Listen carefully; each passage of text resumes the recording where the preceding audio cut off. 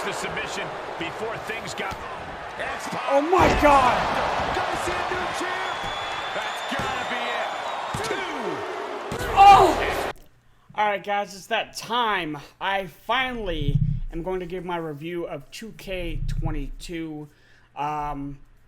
We all know how bad 2K20 was. There wasn't a lot of hope for me. I was kind of like, eh.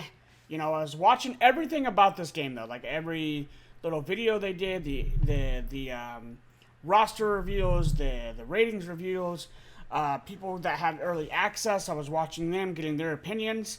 And going into this game, I had a lot of mixed reviews.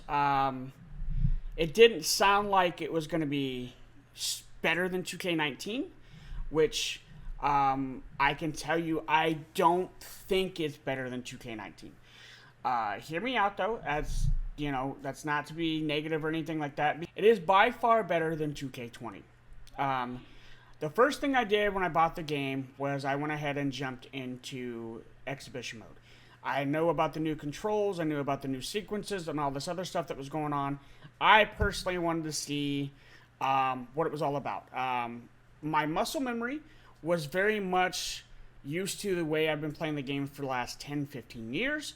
So it took me a little while to get used to that. But when I did, my mindset went to No Mercy. I felt like the sequences and the combos and all that stuff very much felt like No Mercy. Like the way that you had to tap X and X and X and then hit A or hit B and then A and this. It was cool. Like it was definitely a situation where the game does hit differently.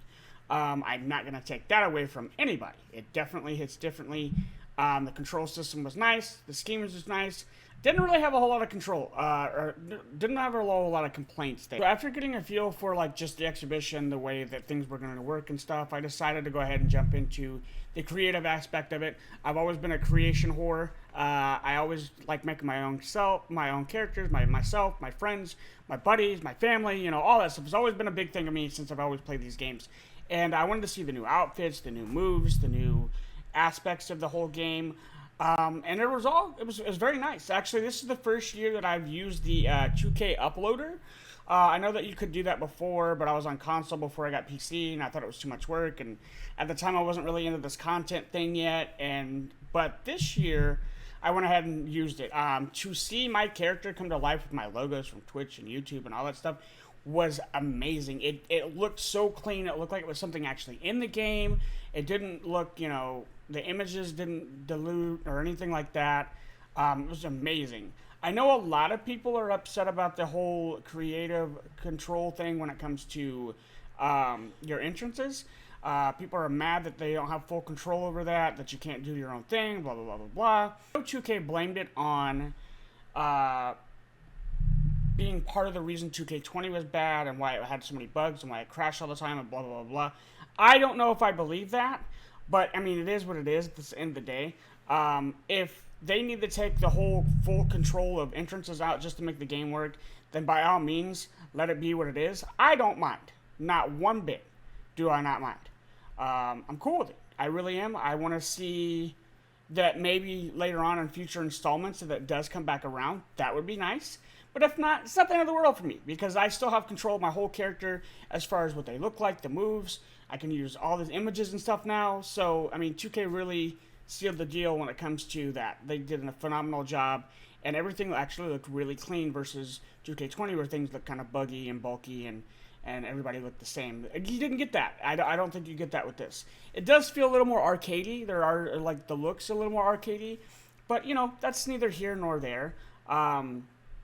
And then the fact that you can add your own renders into it, so like there's not a random like botchy looking character thing in the setup, then you can use your own photos or photos from other superstars when you download them. That is freaking amazing. It's such a small, tiny detail, and I know a lot of people might not really think much of it, but I think it's amazing. I hope they never remove it, and I want to see more going forward. Now, I will admit there's a lot of aspects of the game I haven't touched yet. I haven't touched Universe Mode, but from the people that I watch that talk about Universe Mode and who have played it, it's not that much different from the usual universe mode stuff, so I don't expect much. I will have to admit, though, I'm a little disappointed. I know that when they added the whole superstar thing, where you could just lock on that superstar and keep their stats and all that stuff, I was super pumped for that. But then when you go and dive into it, like a full detail, apparently it's not like you think it is. From what I've seen anyway, you have to actually play every single like match. You can't simulate none of that stuff, and that kind of sucks because a lot of people in the 2K universe and the WWE universe, as far as video games go, do a lot of simulations and stuff. So it's kind of sad that you can't do that. Maybe going forward, it's something they can work on in the next game. But universe mode is universe mode. I'm a firm believer, though, that you should always take the best things from universe mode and the best things from my GM and combine them two, and I think you'd have a stellar mode. Which then now brings me to my next point, my GM mode. I have not played it. I don't know if I'm going to play it. When it came out that my GM mode was going to be in the game, I was super pumped. I was super excited. I couldn't wait. I remember playing SmackDown vs. Raw 2006, 2007, and I thought we were going to get that. Then it comes out that it's not like that. You can only do one-on-one matches and tag matches. You only get one male superstar and one female superstar as far as the championships go. There is no IC title. There's no tag titles. There's no United States title. None of that stuff. Then on top of that, you can't have multiple matches as far as like triple threats and fatal 4-ways and 5-ways and 6-ways and 8-ways and all that stuff. Like, you can't do that. And that's kind of crappy in my opinion, and because that's what made GM mode back in the day, to have all these control over all these aspects of your show. But at the same time, I have seen bits and pieces of people play it, and it does look fun in some aspects of it. I just think it's going to get very repetitive, very boring, very quickly, and it's just going to be like universe mode in a roundabout way where, some people make it work, other people don't, and then after a while, it's just the same thing over and over again. I will say it's a nice base, a nice starting point. It would be nice to, see them do more with it going forward if, 2K is still a thing. I hear rumors that WWE and 2K might end their partnership, so I don't know. But it's a nice base, but you definitely need to give people back the control of everything. That would be nice. The other thing I need to explore still is the online aspect of it. I know 2K20 was almost unbearable to play as far as online goes. I remember playing my buddy Parker, and we'd be playing each other online. And on my screen, I'm just whooping his behind. And on his screen, he's whooping my behind. The same things weren't going on at all. It was so weird. It was so bad, so buggy. But then again, 2K and WWE games have always kind of been laggy online. I don't know why that is exactly. I feel like one-on-one matches shouldn't be that laggy. 6 or 8-man matches, random people, sure. I can see it being laggy, but definitely one-on-one matches shouldn't be that laggy. But this game I haven't played, so hopefully they fix that. I would love to get into playing online a little bit more. I'd like to start making YouTube videos on stuff like that, playing random people across the world. It would just have to wait and see. It's just those three things. Like I said, online it's kind of been buggy. Universe mode is universe mode, and my GM, I wasn't really excited about it when it came to everything that I found out. So those are the three things I still need to work on and still need to give a shot, and I'm going to. In due time, I definitely will. The thing I haven't got to was my faction. I was under the impression it was very much like 2K, very much like Ultimate Team, all that stuff, like as far as the card packs and all that stuff. I was also under the impression that it would be an online mode. It's not, from what I've heard.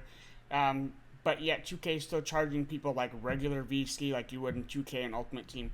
Like, you want us to spend that much money on something that's not even online mode? I can't compete with people? No, thank you. I don't know what they were thinking with this mode. I don't know if they really put a whole lot of thought into it, but that's something that could probably go. I don't think I'll ever touch it.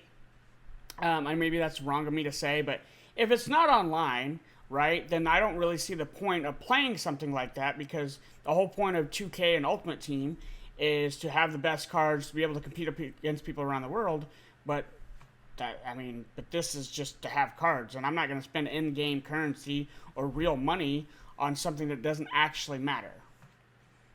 So 2K, you could probably take out my faction next year, in my opinion. That's without me even playing it. The last thing, I did play some My Rise today on stream.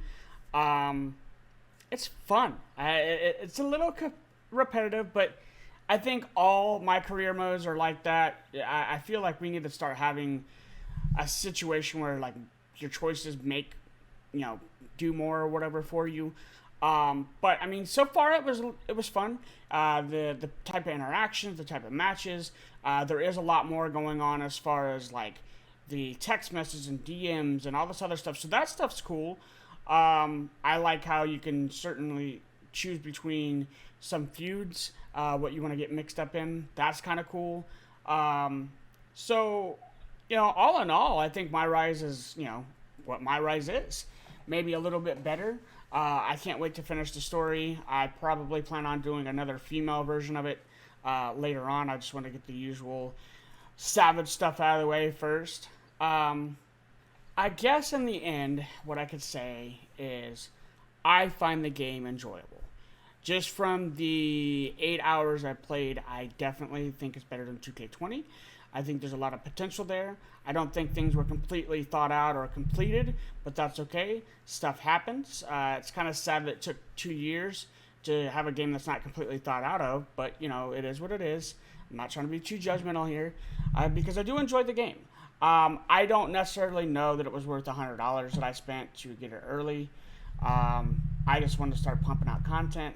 I would suggest to anyone that is a wrestling fan that do enjoy these games to go ahead and pick it up, see what you think, have fun with My Rise, have fun with the creative suit, have fun with just regular matches.